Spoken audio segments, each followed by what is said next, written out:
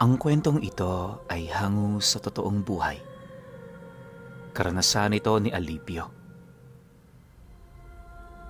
Taong 1959, Prosperidad, Agusan del Sur.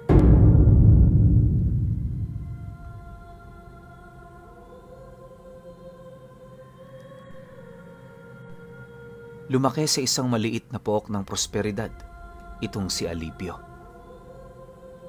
Bata pa lamang siya, nakahiligan na niya ang makinig sa mga kwento na matatalinhaga. Kapag kasi may nagkakatipo noon sa tindahan nila, maigi siyang nakikinig sa mga pag-uusap ng mga ito. Usong-uso pa kasi noon sa kanilang lugar ang usapan sa mga kwentong may kaugnayan sa kabilang mundo. Ayon sa kanya, nakapagtungkol sa mga serpente, bakunawa at iba pang mga makakapangyarihang nilalang, aliw na aliw talaga siyang makinig. Minsan nga, hindi na niya natutuunan ng pansin ng kanilang tindahan na siya namang palaging ikinagagalit ng nanay niya sa kanya. Gayunpaman, kahit nasasaktan siya dahil sa kanyang pakikinig, hindi niya yon iniinda. Para kasi kay Alipio, ang mga nilalang na naririnig niya ang nagiging daan upang makapaglakbay siya gamit ang kanyang imahinasyon. Dagdag pa niya na kahit alam niyang purong istorya lang ang mga nilalang na yan, sa katagalan natutunan na rin niyang maniwala.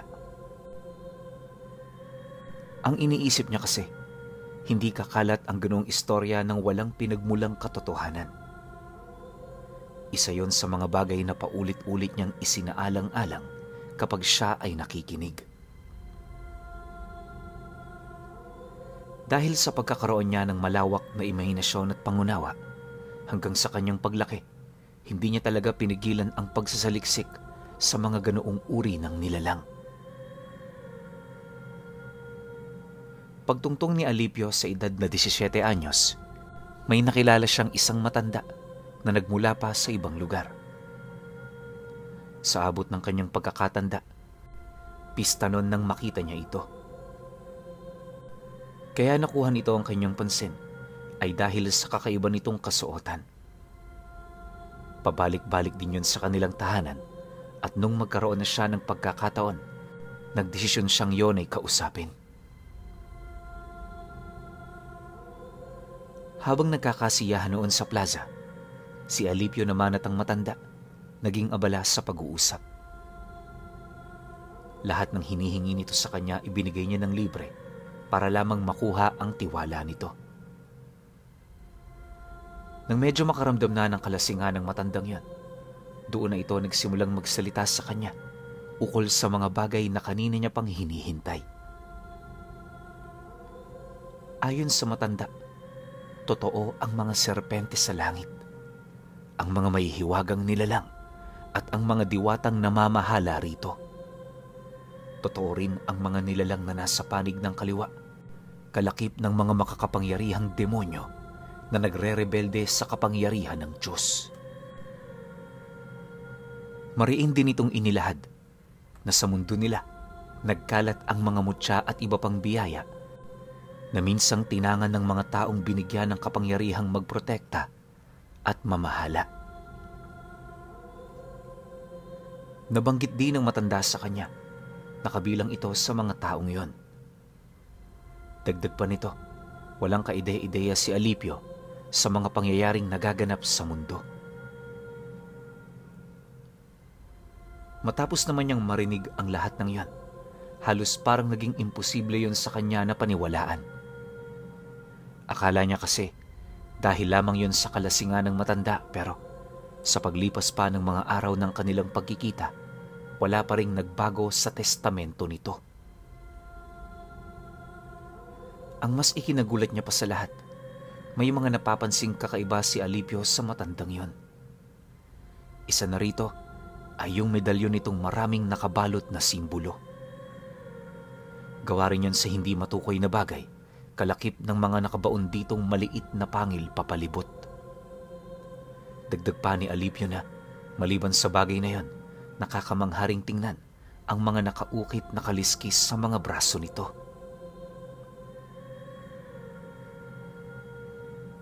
Sa loob ng ilang buwan nilang pagkikita, marami nang nalaman doong kakaibang bagay si Alipio na mas lalong nagbigay sa kanya ng kakayahan upang masipat ng malinaw ang kabilang mundo.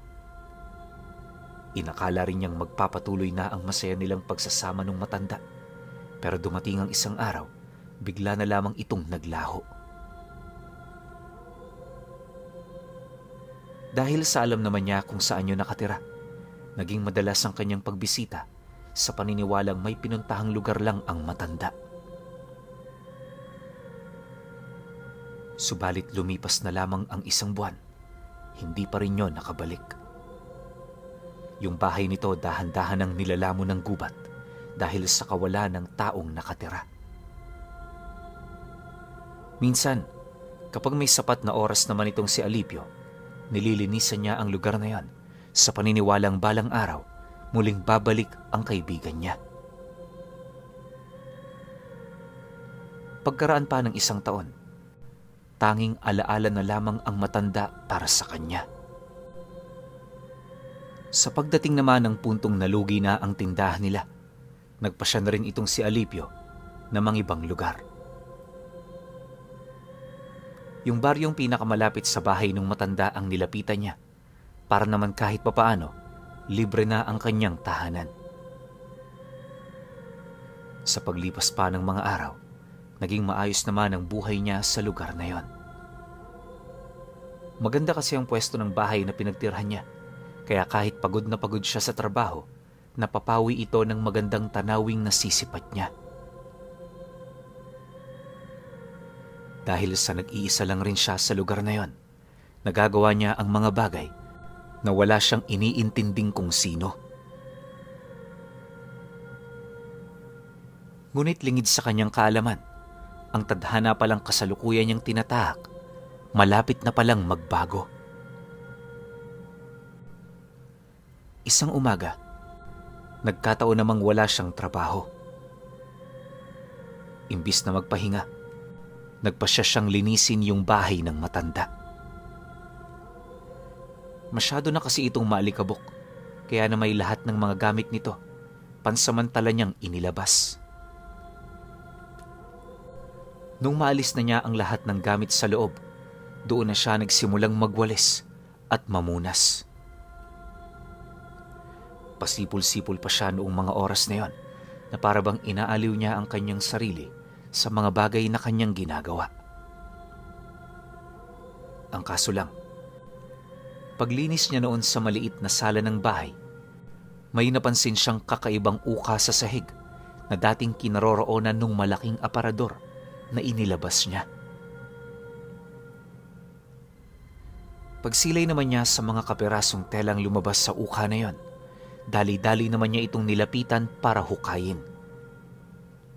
Walang kaide-ideya si Alipio sa kanyang ginagawa, pero malakas ang kanyang kutob na may nakatagong bagay sa ilalim nito. Makalipas pa ang ilang minuto, nang mabungkal na niya ang isang tipak ng sahig, doon bumungad sa kanya ang kwintas ng matanda na nakapatong sa puting tela. Pinalilibutan niyo ng mga pulang langgam at kahit isang alikabok, wala roong nakadapo. Yung tipong kung ano ang estado nito magmula noong nakita niya yung suot-suot ng matanda, ganun pa rin ito. Dala naman ng matinding pagkagulat ni Alipio, dali-dali naman niya itong hinawakan na siyang naging sanhi upang makasilay siya ng mga kakaibang pangitain. Ang lahat ng nilalang na ikinuwento noon sa kanya ng matanda, paisa-isang sumagi sa kanyang isipan. Naramdaman din niya ang pagkalat sa kanyang katawan ng kakaibang lakas hanggang sa unti-unti nang nagbago ang buong paligid.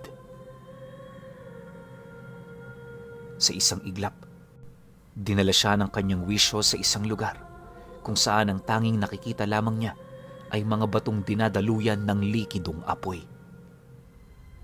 May mga bulkan din sa lugar na yon kung saan wala itong humpay sa pagputok. Patuloy din ang nagaganap na eklipse, dahilan para balutin ng kadiliman ang buong paligid. Dahil sa alam naman ni Alipio na isang pangitain lamang ang kanyang nasisilayan, pinilit niya noong bumalik sa kanyang normal na pag-iisip. Subalit sa kasamaang palad, wala siyang ideya kung papaano yun gawin. Habang tumatagal ang kanyang pananatili, pakiramdam niya hindi na niya kontrol ang mga bagay na nangyayari sa kanya. Makalipas pa ang ilang minutong pagmamasid, mula sa isang malaking bulkan na naroon sa kanyang tabi, may nasipat siyang isang higanting nilalang na dahan-dahang gumagapang. Para itong isang alupihan na may ulo ng isang sawa. Habang umaahon ang nilalang na yan, pansin na pansin naman ni Alipio ang mga kaliskis nitong gawa sa bato. Ayon pa sa kanya, kasing laki ng bundok ang nilalang na yan na siya namang nagbibigay ng matinding takot sa kanyang kaluluwa. Nang tuluyan ng makaahon ang nilalang sa bulkan, mabilis siyang pinalibutan ng makapal na usok hanggang sa dahan-dahan na yung naglaho. Akala niya na wala na lang yung bigla, pero paghawi ng makapal na usok, bumungad sa kanya ang isang matandang nakatayo sa bunganga ng bulkan. Sa isang iglap, bigla naman yung lumitaw sa kanyang harapan kung saan doon niya nakita ang mukha ng matandang matagal na niyang hinahanap. Pagngiti naman ito sa kanya, agad naman itong tinapik ang kanyang balikat habang masayang nagwiwika ng, "Inaasahan ko na ang pagdating mo, Alipio. Mabuti naman at hindi mo ako sinukuan. Ngayon, alam kong handa ka nang makuha ang gantimpala mo." Kasabay ng pagwika nito, ay ang dahan-dahan naman itong paghawak sa medalyon nitong kanyang nahanap. Paglapat naman ng daliri nito sa bagay na yon, hindi naman niya maiwasang magulat, gawa ng kakaiba yung presensyang nararamdaman niya. Maya-maya pa, dahan-dahan na ring naglaho ang matanda kung saan nakita niyang pumasok ang esensya nito sa medalyong kanyang nakuha. Bago rin maglaho ang matandang yon, inihabili nito sa kanya na hanggat pagmamay-ari niya ang medalyon, hinding-hindi ito mawawala. Dahil sa sinabi nito, wala namang nagawa itong si Alipio kundi paniwalaan ang mga katagang kanyang narinig. Sa isip-isip niya, walang rason na pagdudahan ito, lalo na sa mga bagay na kanyang nakita. Makalipas pa ang ilang minuto, dahan-dahan na ring nandilim ang kanyang paningin hanggang sa makabalik na sa bahay ng matanda. Sa paglipas pa ng mga araw, nagpatuloy ang kanyang pangkaraniwang buhay. Upang hindi niya maiwala ang medalyon, sinuot na niya ito at itinago sa kanyang damit. Ayon sa kanya, magmula noong tinangan niya ang medalyon, marami na siyang napapansing kakaiba. Taliwas noong mga nagdaang araw, hindi na siya binabalot ng lungkot tuwing siya ay nag-iisa. Mas lalo na ring lumawak ang kanyang pag-intindi sa mga bagay-bagay na tipong alam na niya ang lahat. Ang mas ikinagulat pa noon ni Alipio, nagkaroon siya ng kakayahang makipag-usap sa mga hayop. Base sa kwentong narinig niya noong bata pa siya, isang kakaibang kakayahan ng magkaroon ng abilidad na makipag-usap sa ibang nilalang. Dahil sa mga pangyayaring yon, unti-unti niyang pinag-isipan ang balak niyang umalis sa kanyang trabaho para maging isang albularyo. Nataon naman noong wala pa siyang kinakasama sa buhay, kaya kahit anong pa siyang gawin niya, nasisiguro niyang siya lang ang maaapektuhan. Sa paglipas pa ng mga buwan, dahil sa patuloy na himalang kanyang nasaksihan, nagpasya na siyang talikuran ang buhay na kanyang tinatamasa. Natatakot man siya na baka Maghirap siya sa hinaharap, hindi na niya inintindi. Sa mga unang araw ng pagpapakilala niya bilang albularyo, marami ang hindi naniwala sa kanilang lugar. Yung iba tinatawanan pa siya, gawa ng akala ng mga ito. Nasisiraan na siya ng ulo. Pero sa kabila ng lahat ng yon, naging matatag pa rin si Alipio. Imbis na kagalitan ng kanyang mga kababaryo, mas pinili niyang unawain ang mga rason nito kung bakit nito ginagawa ang mga ganoong bagay. Sa halip di na mawala ng tiwala sa kanyang sarili, naglibot siya sa mga karatig lugar upang magbigay ng tulong. Sa loob ng ilang araw na paghahanap ng kanyang unang pasyente, ni isa sa mga taong may karamdaman, walang lumapit sa kanya.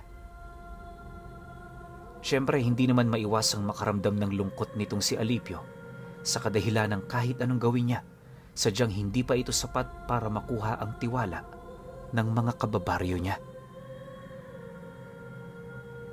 Akala niya wala na talagang pag-asa, pero ilang araw pa ang dumaan, may isang pamilyang lumapit sa kanya. Ang pamilyang yun pinuno, wala na talagang pagpipilian kundi siya. Bukod sa marami na yung nilapitan, hindi rin biro ang naramdaman ng padre de pamilya nito. Isipin ninyo, ultimo pare, hindi na pagaling ang lalaking yon. Masyadong malakas ang nilalang na nakakapit sa katawan nito, dahilan para mapangibabawan nito ang anumang uri ng pangontra. Nang marinig naman ni Alipio ang tungkol sa bagay na yon, hindi naman siya nagdalawang isip na ibigay doon ang kanyang serbisyo. Pagkarinig naman ng mga ito sa sinabi niya, agad naman siya nitong isinama sa isang parte ng baryo kung saan malapit yon sa labasan.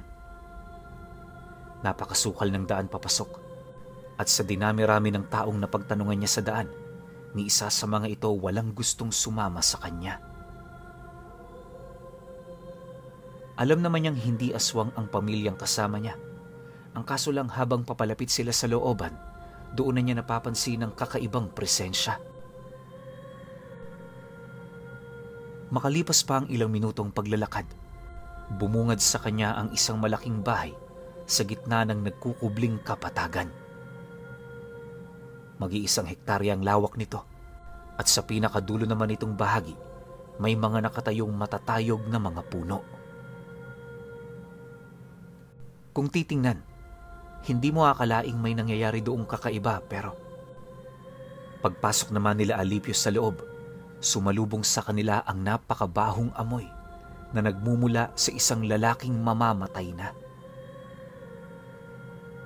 Hindi pa man din nila narating ang silid kung saan ito nakalagay. Marami na ring mga itim na kaluluwa ang kanyang nakikita.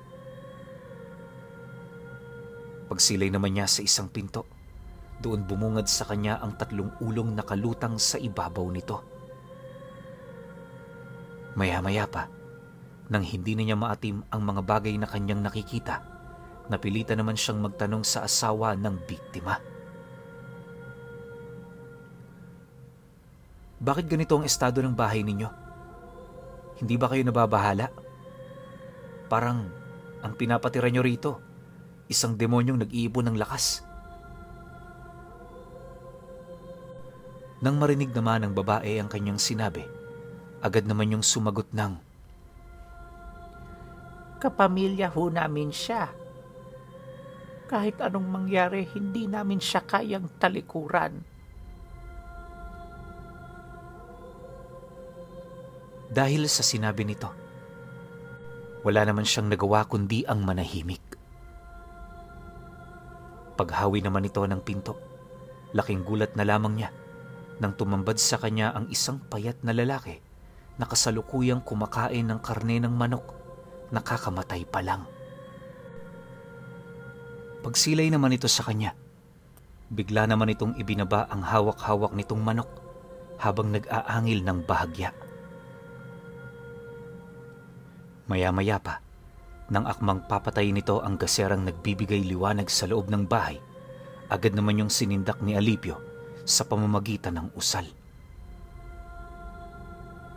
Inutusan niya rin yung manatili sa higaan kung saan yon nakaupo. Dahil sa kanyang sinabi, wala namang nagawa ang nilalang kundi ang sumunod. Nang mapansin naman niya ang mga naging asal nito, doon niya na yun sinimulang kausapin ukol sa mga bagay-bagay. Upang sumunod naman yun sa kanya, iniiwasan niyang magbitaw ng mga salita na hindi nadadantayan ng mga buhay na salita. Sa pagpapatuloy naman ng kanilang pag-uusap, tanging angil at paninindak lang naman ang naisagot nito sa kanya na siya namang ikinagalit niya ng husto.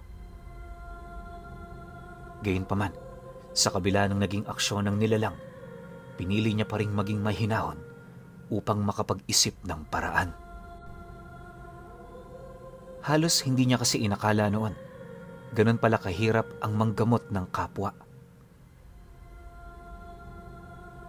Pagkaraan pa ng ilang minuto, hindi naman niya maiwasang makaramdam ng pagkalito ukol sa mga bagay na kanyang gagamitin. Hindi naglaon, akmang magsasalita na sana siya sa pamilya nito na wala siyang magagawa. Bigla naman niyang narinig sa kanyang isipan ang pagwika ng matanda. Magtiwala ka, Alipio. Hinding-hindi kita pababayaan o tatalikuran. Gawin mo kung ano ang kutob mo at ako nang bahalang magpatupad nito.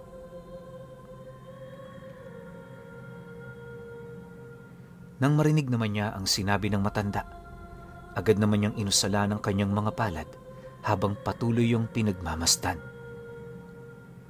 Pagramdam naman niyang may dumadaloy na mainit na presensya sa kanyang mga palad, hindi na rin siya nagdalawang isip na hawakan ang ulo nito. Paglapat pa lamang ng kanyang palad, bigla namang sumigaw ng napakalakas ang nilalang na yon habang pilit na iniaalis ang kanyang kamay. Buong puwersa na rin siya nitong itinulak pero yung kanyang mga palad, pakiramdam niya nakadikit na sa bungo nito. Maya-maya pa, nang magkaroon na ng sapat na lakas itong si Alipio, agad naman niyang binawi ang kanyang kamay. Pag-atras naman niya, dali-dali naman siyang hinawakan ng mga anak nito para mapigilan siyang tumama sa dingding ng bahay. Matapos ang mga pangyayari, agad namang bumagsak sa higaan ng lalaking yon nang wala ng malay. Nang masipat naman yon ng mga kamag-anak nito, dali-dali naman sila roong lumapit para tingnan ang kalagayan nito. Paghawak naman nila sa pulso ng lalaki, napansin naman nilang tumitibok pa yon, kaya kahit papaano, nakampante na rin sila. Dahil dito, agad naman silang lumapit sa kanya para magpasalamat. Si Alipio naman noon, seryoso namang ibinabahagi na wala ng sapi ang katawan ng kanilang padre de pamilya. Pagkalahad naman niya nito, hindi na rin siya nag-alangan pang mag-abiso rito na dalhin yun sa manggagamot para malapatan ng tamang lunas. Matapos naman niya itong mailahad, hindi na rin siya nagdalawang isip na umalis ng bahay. Habang binabagtas niya ang daan papalayo, di naman niya maiwasang mapasilay sa kanyang kaliwang kamay, gawa ng kitang-kita niya roon ang isang itim na espiritong nakadikit. Kahit anong gawin niyang pagwasiwas dito, sadyang hindi ito mawala-wala sa kanyang palad na animoy nakadikit na talaga yon. Ayon pa sa kanya, nakasabay niyang umalis ng bahay yung mga espiritong naakit nung nilalang. Dikit-dikit yung nakadugtong na kaluluwang kanyang nakita na siyang naging sanhi upang makaramdam siya ng matinding panganib.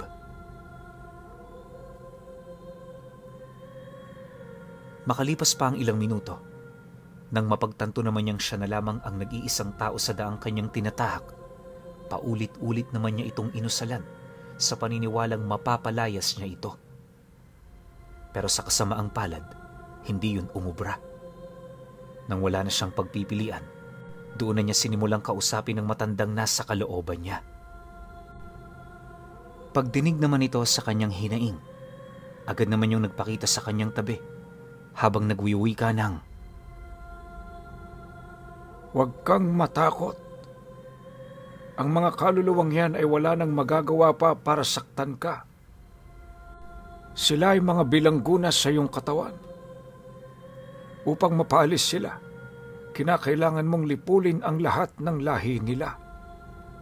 Aswang ang una mong biktima, Alipio, kaya mag-iingat ka. Sa oras na malagay ka sa panganib, tandaan mo, tangan mo ang medalyon ko. Kung ano ang nilalang na iyong nasipat bago ako nagpakita, yon ang magiging gabay mo. Matapos naman itong mailahad ng matanda, kahit papaano bumalik ang kumpiyansa ng kanyang sarili. Akala niya, madali niyang mapapaalis ang mga kaluluwang kumapit sa kanyang katawan, pero sa paglipas pa ng mga buwan, nanatili siyang bigo na lipulin ang lahi nito. Ang mas nakakabahala pa sa lahat, sobrang dami na ng mga itim na kaluluwa ang nakakapit sa kanyang katawan. Ayon nga kay Alipio na, sa mga unang araw na pagkakaroon niya nito, hirap na hirap talaga siyang makatulog. Pakiramdam nga niya, kahit umaga binabangungot siya. Bagaman hindi ito nakikita ng ibang tao, may mangilan-ngilan namang nakakapansin ito. Sa paglipas pa ng mga araw, patuloy na dumarami ang mga nilalang na yon hanggang sa hindi naglaon na puno na nito ang kanyang katawan. Dagdag pa niya na kapag naglalakad nga siya noon, yung pakiramdam niya sa kanyang sarili, umuusad na lehiyon ng mga demonyo. Dahil dito, mas lalo namang tumindi ang kanyang pagmamalabis na hanapin at paslangin yung mga nilalang nakadugo ng demonyong sumapi sa una niyang pasyente. Naniniwala kasi siyang sa oras na maputol niya ang ugnayan nilang dalawa, kusa na ring matatanggal yung iba pang mga kaluluwang nakadugtong dito. Upang maisakatuparan naman ang kanyang mga binabalak, humingi na rin siya ng tulong sa mga albularyong naging kalapit na niya sa halos ilang buwan niyang pamamatay ng aswang sa lugar nila. Hindi man sa pagmamayabang, pero magmula noong kumapit sa kanya ang kaluluwang yon, mas lalong tumindi ang kanyang pagmamalabis na paslangin ang mga nilalang na umaaligid sa kanilang lugar sa paniniwalang kakampiyon ng kaluluwang kumapit sa kanya. Ngunit sa kasamaang palad, kahit lumagpas na sa 100 ang kanyang napatay, bigo pa rin siyang mapalayas yon sa kanyang katawan.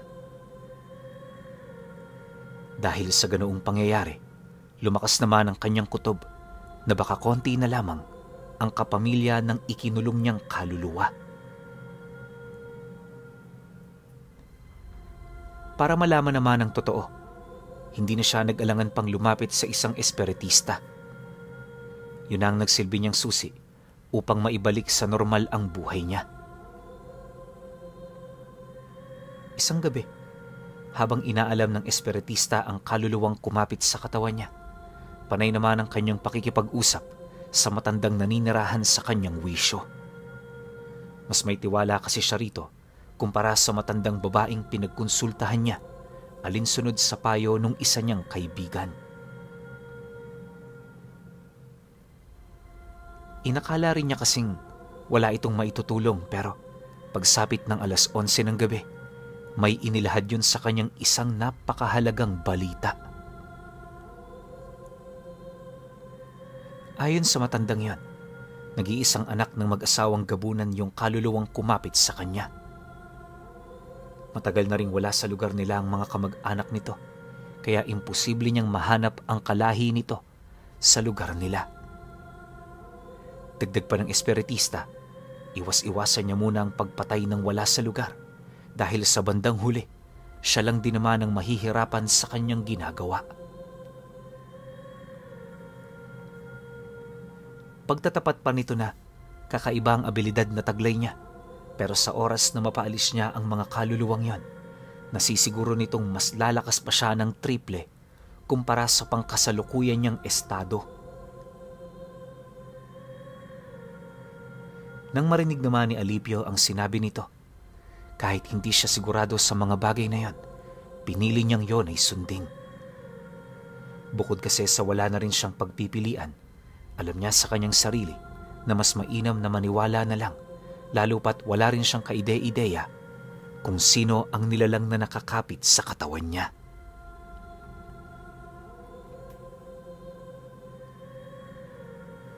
Matapos naman ang kanilang pag-uusap, sinubukan niya namang bumisita sa isang manghuhula pagtungtong ng sumunod na araw. Ang nais naman niya roong malaman ay ang mga lugar na maaaring pinagtitirhan ng mga magulang ng kaluluwa. Sa lawa kasi ng lugar nila, alam niya sa kanyang sarili na mahihirapan talaga siya ng husto kung mano-mano niya itong hahagilapin. Mabuti na lang mahusay ang manghuhulang kanyang pinuntahan, kaya madali nitong natukoy sa kanya ang eksaktong lugar kung saan naninirahan ang mga nilalang na hinahanap niya. Nang malaman naman niya ang tungkol sa bagay na yan, walang pagdadalawang isip naman niya itong pinuntahan. Halos 3 gabi at 3 araw din siyang naglakbay para lamang marating ang nasabing lugar. Nang masipat naman niya yung bahay na pinagtitirahan ng mag-asawang itinuro sa kanya, agad naman niya yung kinumpronta. Malayo pa lang ramdam na ni Alipio yung kakaibang presensyang tinatanga nito. Upang maiwasan ang anumang uri ng gulo, gabi niya hinarap ang mag-asawa. Habang nag-uusap sila, ipinaliwanag niya sa mga ito na pumunta siya sa lugar na yon para kunin ang kanilang mga buhay. Ipinagtapat din niya ang tungkol sa kanyang mga nalalaman na siya namang hindi itinanggi ng dalawa. Marami na kaming nakaharap na katulad mo. Yung iba masyadong mapangas.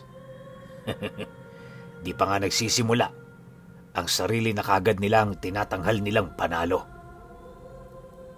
Payo ko sa'yo, iho, kung ayaw mong mamatay ng maaga, baguhin mo yung pag-uugali mo.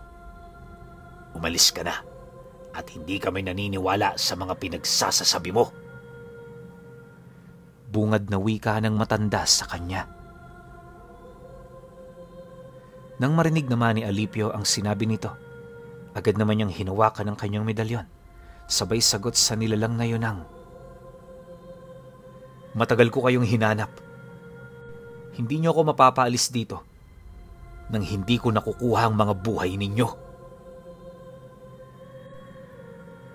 Kasabay ng paglahad niya ng mga katagang yon, agad naman niyang hinugot ang kanyang medalyon na siyang naging sanhi upang mabilis na umikot ang lugar kung saan sila nakatayo. Pagtigil naman ito, agad namang napansin ng mag-asawang gabunan ang lugar kung saan sila dinala ni Alipio. Pagsilay naman nilang napapalibutan niyo ng mga bulkan, hindi na rin sila nagdalawang isip na magpalit anyo, sabay sugod sa kinaroroonan nito. Ang kaso lang, bago pa man nila yun malapitan, bigla naman silang napalihis ng landas nang masipat nila ang isang matandang umaahon sa lupa sa harapan ng kanyang kinatatayuan. Pagngisi naman ito, walang patid naman itong sinugod ang dalawang gabunan na siyang naging sanhi upang magpumilit itong tumakas. Buong puwersa na rin itong ginamit ang kanilang mga kakayahan, makatakas lamang sa dimensyong yon, pero naging bigo sila. Hindi naglaon, doon na nila nasilayan ang pag-ahon ng isang dambuhalang nilalang sa bunganga ng isang pumuputok na bulkan. Nang masipat naman yun ni Alipio, agad naman niyang ikinumpas ang kanyang medalyon na siyang naging sanhi upang sumugod ito. Sa isang iglap nagkaroon ng matinding pagsabog sa lugar na siya namang ikinasawi ng mag-asawa. Maya-maya pa, nang mawala na ang nilalang na inutusan niya, doon niya nasipat ang dahan-dahang pagkawala ng mga kaluluwang nakakapit sa kanyang katawan. Matapos ang mga pangyayaring yon, bigla namang naramdaman ni Alipio ang mabilis na pagbabago ng kanyang lakas. Dahil dito, napagtanto niyang bibihira na lamang ang nilalang na nasa kaliwa na may kakayahang makatalo sa kanya. Nga pala, ang mga kaluluwang kumakapit sa kanyang katawan ay yung mga kaluluwa ng mga nilalang na may malakas na abilidad. Kabilang narito ang mga gabunan, mga dalubhasang mangkukulam at iba pa. Madali lang naman yung mapaalis. Yun nga lang kinakailangan mong wasakin ang mga kadugo nito. Alam nyo, Pinuno, magmula noong naunawaan nyo ni Alipio, mas nagagamit na niya ang kanyang abilidad nang hindi siya nakakaramdam ng matinding pagkabahala. Hanggang sa pagtanda niya, ni isang nilalang walang nakatalo sa kanya. Mas dumami rin ang kanyang mga alagad at kalaunay naging isa siyang bantog na ermitanyo sa kanilang lugar. Pero alam nyo ba, na sa kabila ng hindi masukat na kakayahan, marami pa rin nagsasabing hindi totoo ang mahiwagang talambuhay ni Alipio.